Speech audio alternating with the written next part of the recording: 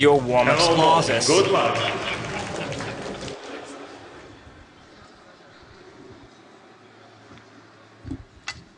Hi, so I'm going to talk about the reality of virtual reality. And let's see, I think I need a clicker.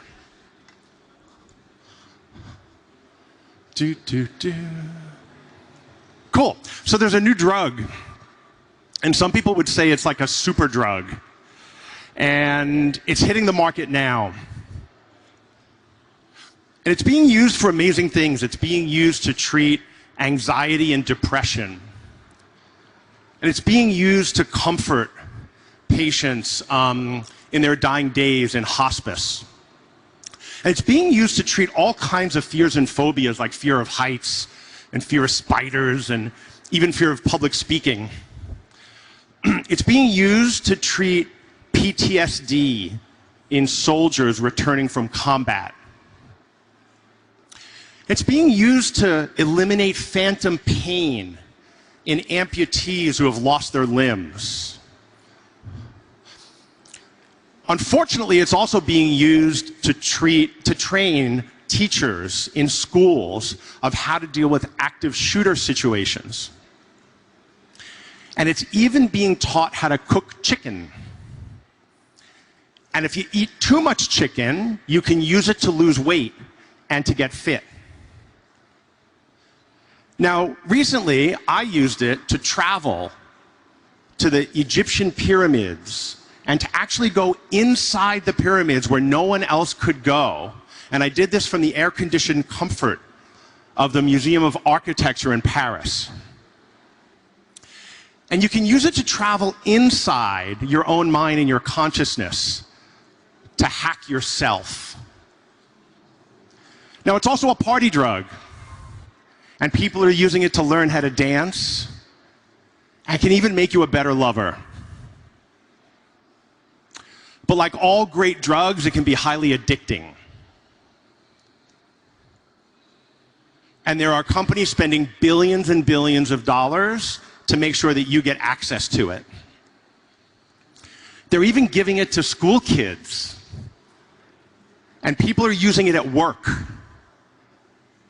And our military and police forces are using it as well.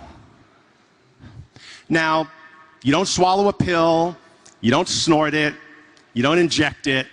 They beam it right into your eyeballs.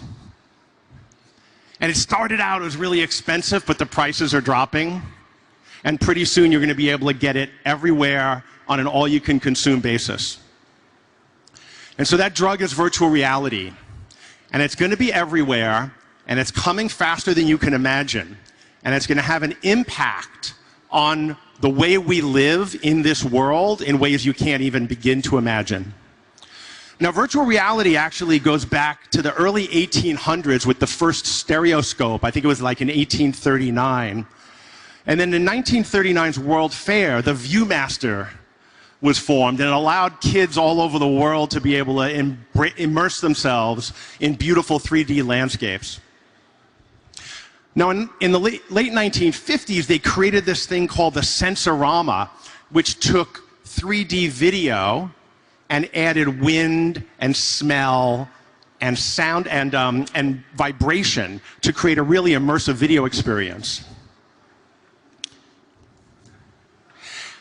And then Ivan Sutherland invented a thing they called the Sword of Damocles, which was really the first VR headset. And this was in the late 1960s. And they called it that because of the way it hung over your head and it looked like it was going to chop off your head if it fell down. And that was the first time people were able to immerse themselves inside a computer-generated environment. And then in the late 1980s, the first iPhone was invented, EYE, with a data glove. And it allowed you to go inside a computer environment and manipulate with your hands that environment for the first time. Now, about the time that this was happening, I was starting a laser tag company, and I created my own immersive environments around the world where kids could go around and shoot their friends with lasers in fantastical environments. And as part of that journey, I was able to build VR and laser tag arcades with a product here called Virtuality, which was from W Industries in London. And later on, I launched a company called Global VR, which was the first really successful VR arcade game. And the problem with VR back in the 90s was the stuff was so heavy that it would like break your neck if you tried to put it on your head. And so what we did is, in this point, we put it on a counterweighted boom, so you could just walk up to it like a periscope and spin around, and it was really easy to use and really accessible. And then what happened was smartphones came around. And there were three key inventions in the smartphone that enabled the current wave of virtual reality. So first was LCD screens got super cheap and really small and high resolution. The second was these cameras that are now in everything and are soon going to be in even more things, and we're going to talk about that, got really, really small. And then the third thing is a thing called an IMU, or an inertial measurement unit. And it's a tiny little thing that allows you to use your cell phone for a game controller or a compass or a map. So it always knows the orientation which it's facing. And so this guy named Palmer Luckey put those things together into what most people consider the first modern virtual reality headset called the Oculus Rift. And he put it out on Kickstarter, and it became the most popular and highest earning crowdfunding event in history at the time. They raised over $2 million. So around that time, Mark Zuckerberg was running a company called Facebook that he founded, which some of you might know. And he really believed that virtual reality was going to be the next big computing platform. He figured we're going to spend all of our time that we spend with computers now in VR doing things. And one of the challenges for him was that we were spending all of our time accessing his platform on our mobile phone. And on average, that's over 2 hours a day interacting with social networks. And 80% of that time is via mobile phones. And he didn't control the mobile phone. That was controlled by Apple and Google with Android. And so he felt this existential threat to his company that was like, they could cut me off at any time, and now my customers won't have access to my platform. And so he paid $2 billion for this startup, Oculus Rift, that only had really a prototype at the time. Now, it's not just Facebook and social networks that are trying to vie for our attention, right? I'm sure you guys have all heard of Netflix. Apple TV is launching next month, along with Disney Plus. So there's all these networks that are vying for our attention and eyeballs. There's a game out there called Fortnite. Many of you have played. Maybe you have kids playing it. The average player in Fortnite spends 2 hours a day. It generates $2 billion a year in revenue, and it's available on every device. There are new streaming game systems coming too this year. Google is going to launch Stadia. Microsoft is testing xCloud. NVIDIA is testing GeForce. And what that's going to allow you to do is, with 5G, is you're going to be able to beam PC quality games right to your cell phone everywhere that you are. And so the confluence of all of this streaming technology and 5G and portable devices, and by the way, you'll be able to download a movie now in 5 seconds, which, a few years ago took 20 hours. And so what that's doing is it's driving more and more and more immersion into media. The average American spends 12 hours a day interacting with every kind of media. And it's not just America, it's a global phenomenon. And it's increasing quarter by quarter by quarter. In the last 3 quarters, it's actually grown another 7%, which is kind of phenomenal. And so why our fascination with media? What is it? Now, my belief is this is really an addiction. And in his book, comedian and activist Russell Brand talks about the 5 steps of addiction. So the first thing is it usually starts with some kind of a pain. And that pain often is internal, it's existential, it's in our subconscious. And so what we do is we turn to things that distract us, like alcohol or sugar, this one's mine, or pornography, or even work. I imagine there's a lot of people here in this audience today that are addicted to work. And then what that does is it gives us a distraction from our pain, and it lets us escape it a little bit.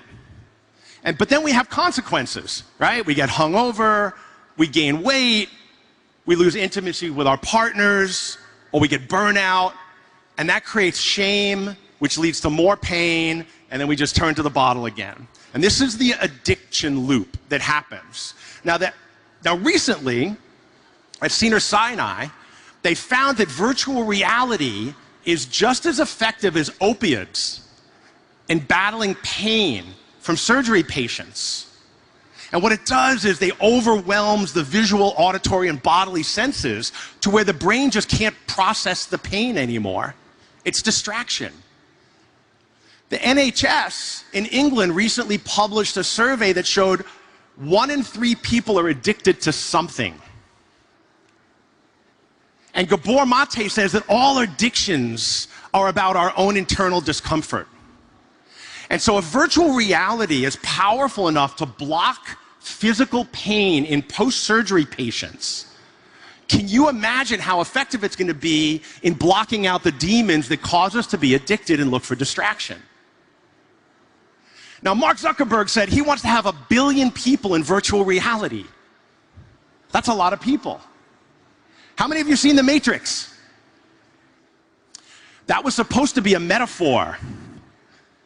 Neo was offered to take the blue pill and stay where he was in his fantasy world, or take the red pill, which he did, and he realized that the machines were harvesting humans like batteries and taking our electricity to power their vast networks.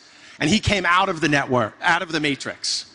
But what Facebook is they're not turning us into batteries. What they're doing is they're harvesting our eyeballs for media impressions. And they're doing it $50 billion worth a year and growing at a run rate of about 30% a year. So they have a deep incentive to keep us locked to our cell phones for now. But in the future, that device is going to be a virtual reality headset. And so what's going to happen? Now, the good news is VR is really powerful at doing a bunch of good stuff, right? So it's going to be the way we are educated. Recent research shows it's 6 times more effective at keeping students engaged and helping their concentration.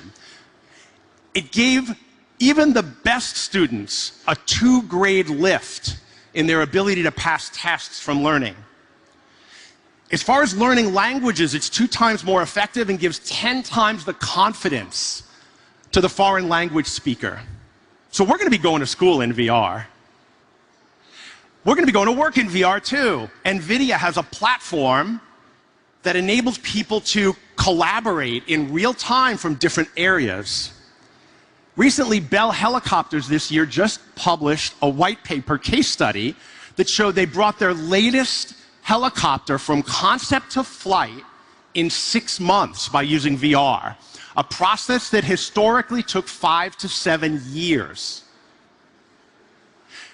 Now, in America alone, we lose $700 billion worth of productivity a year in commuting to and from work.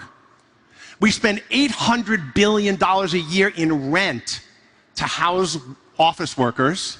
And we spend almost $50 billion a year just maintaining school buildings in the kindergarten through 12-year-old market.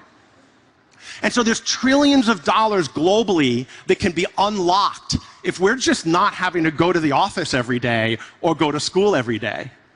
So it's going to happen. Even without virtual reality, remote work is growing. It's grown 150% in the last 12 years. And so now when you show up in VR, you kind of show up as one of these goofy avatars. And they're getting better, and we use them all the time. I have a Bitmoji, now we have Animojis, and so we're kind of used to seeing ourselves represented as these virtual characters. Can we get audio? This is from Facebook Labs at Oculus. And what they're doing is they're showing deep fake avatars of people in real time to make them look realistic. I do yoga and then I do boxing too. What kind of yoga? Wait, okay, yoga and boxing. Yeah, there's a nice contrast there. Okay. Yeah. So that's called virtual telepresence, and it's coming. I knew it. Oh my gosh. I've tried it a few times. Hot yoga, I just want to... So it's, as Thanos says, it's inevitable. It's going to be everywhere, and you're going to be in it all the time. Now, back to Facebook. Why might this be a problem? So, In 2014, they were busted for working with Cornell University on doing a thing called emotional contagion. What they wanted to do is they took 700 million users, unbeknownst to them, or 700,000 users, I believe, unbeknownst to them, and said they watched what they were posting, and the people who was posting happy stuff, they would amplify to some people, and the people who were posting negative stuff, they would amplify to other people. And then they looked to see if that would spread through their social network. It was social experimentation without permission. And then a couple of years later, they secretly told some of their advertisers that they could identify when teenagers were feeling insecure and worthless, when they were most vulnerable to being swayed to buying products that might make them feel better about themselves. And then more recently, I'm sure you all heard about the Cambridge Analytica scandal, where they sold data, private data, to Cambridge Analytica and were able to supposedly impact stuff like the Brexit vote and the US election, presidential election. And so now, in all fairness to Facebook, I don't mean to pick on them. A lot of tech companies are working on similar stuff like this. They just have to get busted a lot.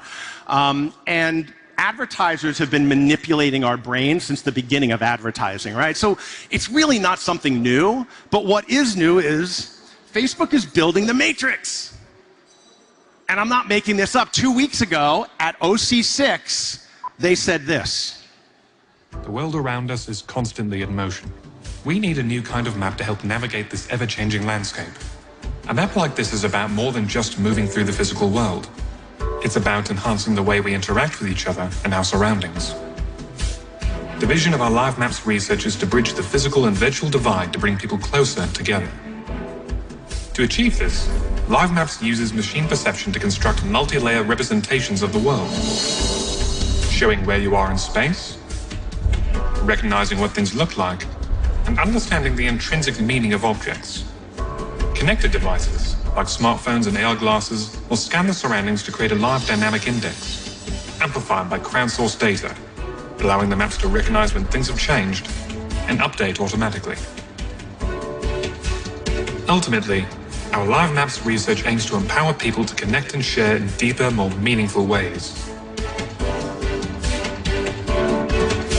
Whether it's improving how we access information, or understanding the context of a situation, to deliver shared experiences through augmented reality, or proactively serving up relevant information in highly personalized ways. Live Maps will one day transform how we all engage with the world, making it feel more immediate, more intuitive, more natural, more human. Now, they call that Live Maps because calling it the Matrix would be really bad marketing, because how bad can Live Maps be? But what they're actually going to do is they're going to use, this is the reason that companies are pushing for augmented reality glasses, because those glasses are going to have cameras on them. And then everywhere you look, they're going to record what you see, and they're going to map it geospatially into an artificial version of the current world, including the chairs that you're sitting in right now. And then as those things move, they'll be able to remap them in real time. Now, the interesting thing is, what happens to the ability to manipulate all of that information when it's in the hands of a media company that's trying to sell advertising based on that data? So, Cypher in the Matrix made a decision. He said that, I know the steak isn't real, but when I put it in my mouth, the Matrix tells me it's juicy and delicious. And so we know that they can hack our brains and they can convince us of different ways of thinking. And so I think it's really important to be aware of what's coming, because this stuff is coming at us like a freight train. And our innate need for distraction is going to want us to live in this world. We're going to volunteer for this shit, because our friends are going to be there, our family members are going to be there, the games that we play are going to be there. Everything that we want and desire is going to be there, and it's going to be really addictive. And the way we combat that is we have to raise the consciousness of the planet. It's the only way to do it. We have to heal the trauma. We have to get rid of that existential angst that we're carrying around, so we're not lured by the matrix. We have to create better human-to-human connections, not through media, but through person-to-person interaction. And we have to create reflection practices. We have to actually sit with ourselves and think about the actions that we take and why do we take them to be able to heal them and to change them. And if we do that, we can create and maintain the current world, which I believe is so beautiful and worth living in. Questions?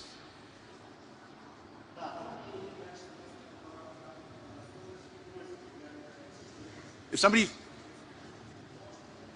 Yo! You've got a camera. Thank you for the great talk. Very interesting. Just one question related to the educational aspects. We speak a lot about various groups of children that need social care and etc. And of course, this kind of education, these tools for the education for these groups of children, on one hand, are very vital. On the other hand, there are also certain kind of issues and diseases that are not allowed of use of these kind of things.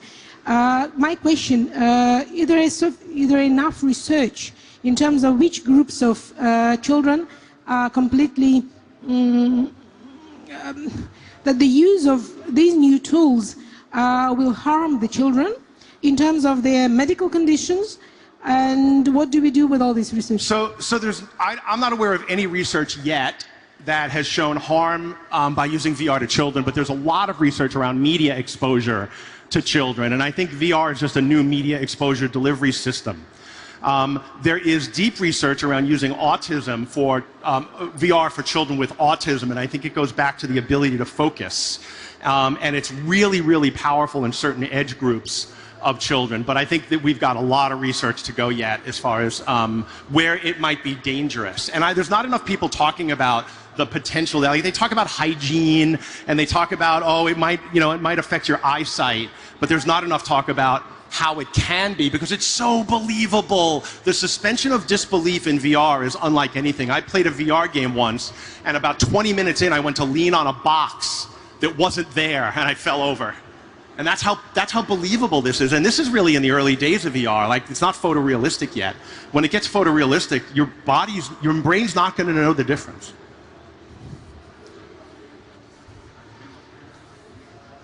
Thank you so much. And what do you think about VR in real estate area? Or, for example, VR in design interior? Because in Russia, we prepare a lot of product, virtual showroom for home, for example. It's like Russian IKEA. And what do you think about the future, about VR in this era? Yeah, thank you. Thank you for your questions. And I would say that, first of all, there's a lot happening in Russia in VR. I'm fascinated. I've got 2 weeks worth of meetings while I'm here, meeting with companies doing amazing things in virtual reality in Russia, and there's so much innovation here.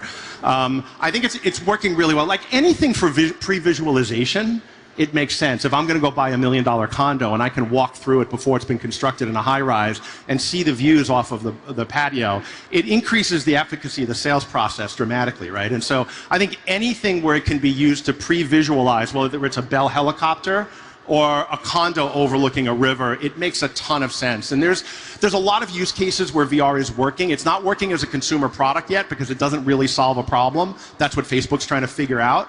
But where it is working is in all these little vertical markets where it's just really useful. And that's where we're going to get first exposed to it. And then once we get, it's kind of like the BlackBerry. Remember the BlackBerry? The BlackBerry taught us that we could have the internet away from our computer. I don't know if any of you guys are old enough to remember a BlackBerry. And then once we realized we could have email away from the computer, we said, hey, I want the internet away from the computer. And if I got the internet away from the computer, I want the web. And that's why people adopted smartphones. So we're a couple of generations away from that yet. I have 40 seconds. Time for one more question. Hi, hello. What do you think about different wave of control virtual reality? Because controller is sucks.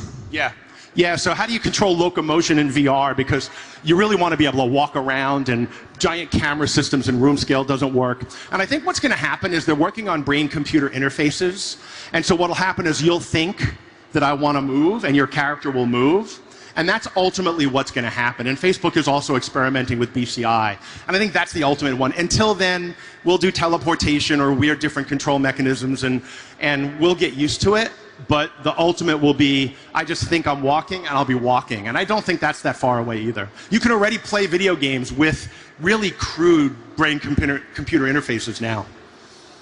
I think that's all the time I have. Thank you. Thanks for having me. Thank you so much, Bob. Ваши аплодисменты, друзья. Боб Куни.